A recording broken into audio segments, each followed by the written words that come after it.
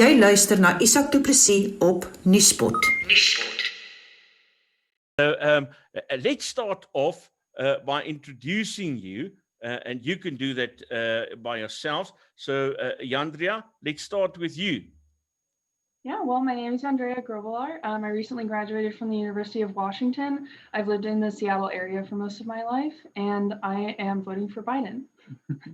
And you can all hear how very well she speaks American, but Jandrea, just before we give Jaden a chance to introduce himself, just tell the people in South Africa where you actually come from, in Afrikaans. Ek was in Pretoria gebore en my ma en pa kom ook van Pretoria en Petersburg. Daar in die Vrystaat, waar ek ook vandaan kom. En daar kan julle hoor hoe goed praat sy nou nog Afrikaans ook boonop, en sy's basies kort na haar geboorte is sy Amerika toe, maar sy sê haar pa en haar ma het hulle gedwing om Afrikaans te praat. Okay. Jaden, sorry about that. That was just just a little. Did you learn any Afrikaans words while you are being friends with Jandrea? A little bit. I know hallo, my naam is and lekker. Okay, great. Lekker. Lekker is the one word that you must never forget. If you can say lekker, you can tell people that you can speak Afrikaans. That's true. That's the one word that we use, even in English. South African English-speaking people also use the word lekker always, because there's just something to it. Jaden, tell us who you are. A little bit of your background. Yeah. So hi, everybody. My name is Jaden. I am a junior, third year at the University of Washington. I've lived in Washington for 10 years now. And I am voting for Biden, but he was definitely not my first choice. Okay, we're going to talk about that right now. And for the listeners and the viewers of our program, I have to speak English now because otherwise Jaden won't understand anything. Not that I think that he will understand my English, but even though Jandrea can speak Afrikaans, we're going to do this in my very best Boer English. So forgive everything that comes out crooked. But let's start off with you, Jaden. You are born American, and you just said that you are going to vote Biden, but not necessarily by choice. Explain that to us. Yeah, so before it came down to the choice of just Trump and Biden, I was a fervent supporter of Bernie Sanders and his progressive policy and voted for him in the presidential primary elections where the people get to choose who the nominee will be. But Sanders, for a multitude of reasons, both institutional and I guess due to show out, didn't win the nomination. And so with it, Biden did. And I never have been a fan of Trump. So I did tell myself that I would still participate regardless of who the Democratic nominee was, because I still believe that Trump should be out of office, and whoever the Democratic nominee would be would most likely be better than the past 4 years that we have experienced. So you voting for the Democratic Party and not necessarily for Biden?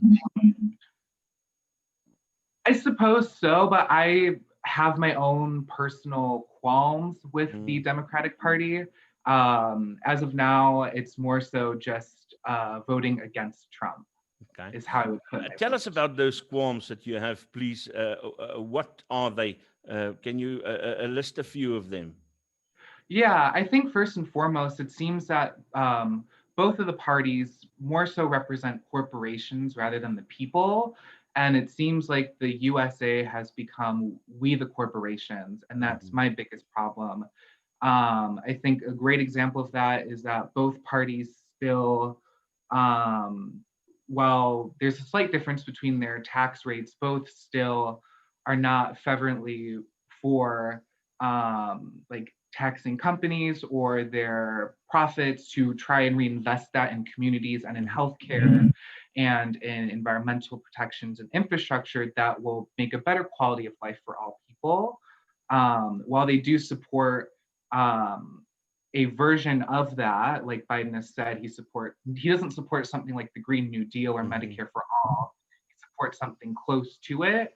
I guess I'm voting for him because he supports something close to it, but I want him to be pushed further to try and create a more inclusive system for people. And I think that's my biggest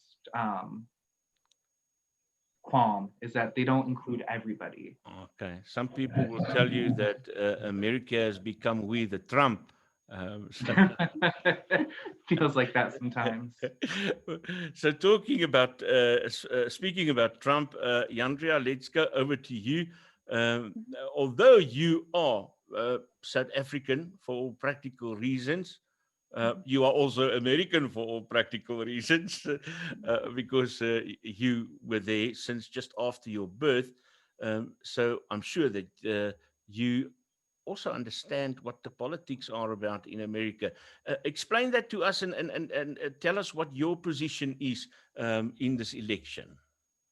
Yeah, so I will be voting for Biden, and partially for the similar reasons as Jaden, is that he was not my first choice, but he is by far a better candidate than Trump is. Pretty much, he's, yeah. Trump is just, I think the last 4 years have been really awful in a lot of ways. Trump has frequently polarized the country even more than it already was, with things like anti-mask rhetoric and going against leading scientists. Just with COVID in the last 8 months or so, he's been really bad at kind of keeping the country together and trying to keep Americans from becoming so against each other. I think he tries to do that in order to create more of a divide between his supporters and his non-supporters. And I think it's worked because we really don't like him. And obviously there are a lot of people in the United States that do really like him. But yeah, I think that he's just done a really poor job of trying to keep America together, or the United States. What I want to understand from you is, because the reason I'm talking to you is because Trump is a big discussion point. America is a big discussion point in South Africa as well. And people here get worked up against each other as if they are Americans. And they have to go and vote for Trump tomorrow or against him. So you have these fierce debates about Biden and Trump, and people unfriend each other. I had someone unfriending me the other day because I dared putting on an anti-Trump or a pro-Trump, sorry, a pro-Trump interview. So people are really serious about how they feel about these people, but they're not there. They don't understand the dynamics. And what I want from you is maybe explain to us in South Africa, in your environment, what do you see is happening regarding that division that you were talking about? What on a ground level do you see is happening, causing the divisions and the results of the symptoms of the division? Yeah, so I would say some of the main things causing these divisions are things that Trump says and has done. For example, his refusal to denounce white supremacists. The Proud Boys, he told them to stand back and stand by, which is hardly a denunciation of their actions. He also said that there were fine people in Charlottesville in 2017 on both sides, indicating that he thought that some neo-Nazis were fine people. This is obviously very contentious, and I think a lot of people can either agree with him or disagree with him. Other things that he's done, things like having a transgender ban in the military, calling for a ban on Muslims entering the United States or living in the United States in 2015 during his campaign to become president. So I think he's just done a lot of very bold things as president and like during his campaign, and he said a lot of bold things that make people think, wow, he's a racist, or wow, he really doesn't like the LGBTQ plus community. And I think some of the symptoms of that now is that people are voting in crazy numbers. We've already had over 91 million people vote early voting, like by mail-in. And so that's a very high turnout for the United States. If we continue on this track, we'll be at the highest voter turnout in almost a century, which I think is really awesome. I think that we do need to have more voting turnout. I think it's kind of upsetting that we needed such a dramatic election in order for that to happen. I think that voter turnout should be more, like much higher anyways. But yeah, I think another symptom of it is just seeing like how much people fervently hate him or support him so much. You know, it's you really, I think, as far as I've seen and as far as I've experienced, you either hate him with a passion or you love him with a passion. So there's nothing in between. There is no in between with Trump. Yeah. Jaden, and while we speak about or talk about that division and the nothing in between, do you experience that people are becoming enemies for all practical reasons in this whole political debate? How do you experience the circle of people around you regarding this? Yeah, I mean, I think it's very telling in the people that I surround myself with. It's kind of become this point where it seems like it's hard to surround myself with people who have such differing views. Not for the lack of like tolerance, but it's more like just on their basic principles.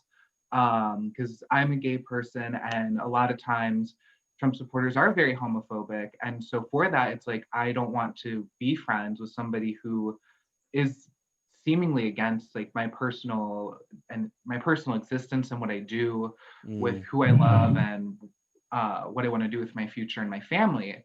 And a lot of that seems to be predicated upon religion. And that seems to be one of the bigger issues that's used to drum up this division between people, is throwing down the Bible as kind of a justification for their views.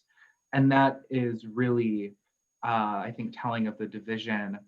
And I think also it affects your family life too, because not everybody in your family has the same views. And it can become hard to have those discussions with your family, because it seems like it's based on two different fundamental principles that you believe your politics should be based upon.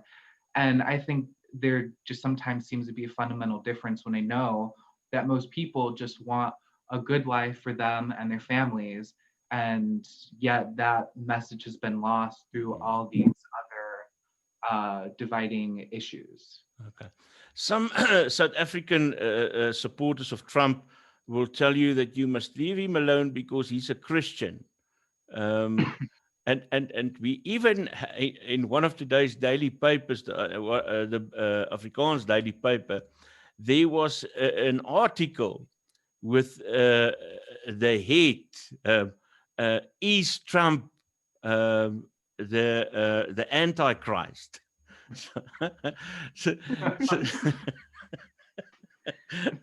So what I want to ask you is, firstly, do you think Trump is a Christian? I don't know if I can't answer that question. I don't know his religious beliefs, but I can say that he doesn't act like a Christian because he doesn't love thy neighbor. He doesn't treat people how he wishes to be treated. And it's those basic guiding principles of morality that I think he so often just does not practice, that I think guide a lot of people. I think, for example, just demeaning people from women to LGBTQ plus people to minorities, and just throwing people under the bus for his own personal gain, is really troublesome. Is he the Antichrist? Again, I would say no, but I would say more so that he's a symptom of the problem of American politics, and that is more so just corruption on a wide scale, especially in the way that corporations have a special influence on politics. And Donald Trump is the perfect representation of that. I think he's not the Antichrist, but I definitely think he is the most glaring symptom of the problem of our system today. But despite all the things that you are telling me, Jandrea, there are people that I see in America, black people. I'm speaking to a Muslim woman tonight that's pro-Trump. People that you wouldn't think should support Trump, they still do. How does that happen? Do you have some kind of explanation for that? Yeah, I think that a lot of people that do support Trump that maybe you would think shouldn't, such as women or Muslim women, or Black Americans, I think that they find maybe one or two things that they do like about Trump. And another big problem, I think, in the United States is the one issue voting. For example, they might be voting solely upon foreign policy, and maybe they like his foreign policy. For example, he's pretty much depleted our dependence on the Middle East for oil by moving it all to the United States. And a lot of people support that, and they want that to continue. And they want the oil industry and the coal industry in the United States to continue getting bigger and better, essentially. So they might support him on that alone, and that's, their livelihood. So they're going to vote for him so that remains in place. And I think a lot of people that maybe you wouldn't expect to be voting for him are simply voting on one issue. Don't you think America is in one of the biggest crises ever, leadership crises? Because you have already hinted towards it, but Joe Biden doesn't seem to be the ultimate answer above Trump. Yeah, no, absolutely. I think part of the issue, as Jaden pointed out earlier, is voter turnout, and that a lot of the primary elections just don't have as much of a turnout as the actual or like the main presidential election. So I think that a lot of the candidates that are possibly more wanted by the people and maybe more qualified are not chosen just because people don't go out and vote. So that's a big issue, but yeah. Okay, what's going to happen after tomorrow? And actually, only next week, because the mail votes have to be counted first. So you'll probably only know around about the weekend, I suppose. Yeah, so we might not know the popular vote until, say, this weekend. The electoral vote, though, could happen on Tuesday. So it just kind of depends. I know that Trump has said on multiple occasions that he will not, there won't be a peaceful transfer of power if Biden is to win. And so I don't know what that's going to look like in January if they basically have to drag him out of the White House. If that ends up happening, that would be pretty ridiculous, but I think kind of on par with what we've already seen from him. So yeah, I'm not sure what's going to end up happening. I mean, Biden has been shown to be leading in a lot of the swing states more recently, like in Florida and Pennsylvania. So there is a chance, but honestly, it's kind of a throw of hands. I mean, we'll just have to wait and see. Jaden, would you ever have thought in your lifetime you will see something like this in America? It sounds pretty much third world, isn't it? I'm just joking with you a little bit. It is wild, to put it bluntly. And I guess I didn't think that Trump would win in 2016, but granted, I was 16 years old, I couldn't vote, and I didn't know too much about politics. But I think this past 4 years has thrown me and a lot of other people in my age into the world of politics, as we saw this election unfold, but we couldn't participate in it, but we kind of we have matured through it. And I think that this is just, I don't know, sometimes it's indescribable. But I think it's just very eye-opening into what more needs to be done, I guess. If there's still like this, I can't even find the words right now, I guess. Kind of like a circus. Yeah. The administration is somewhat of a circus, I think.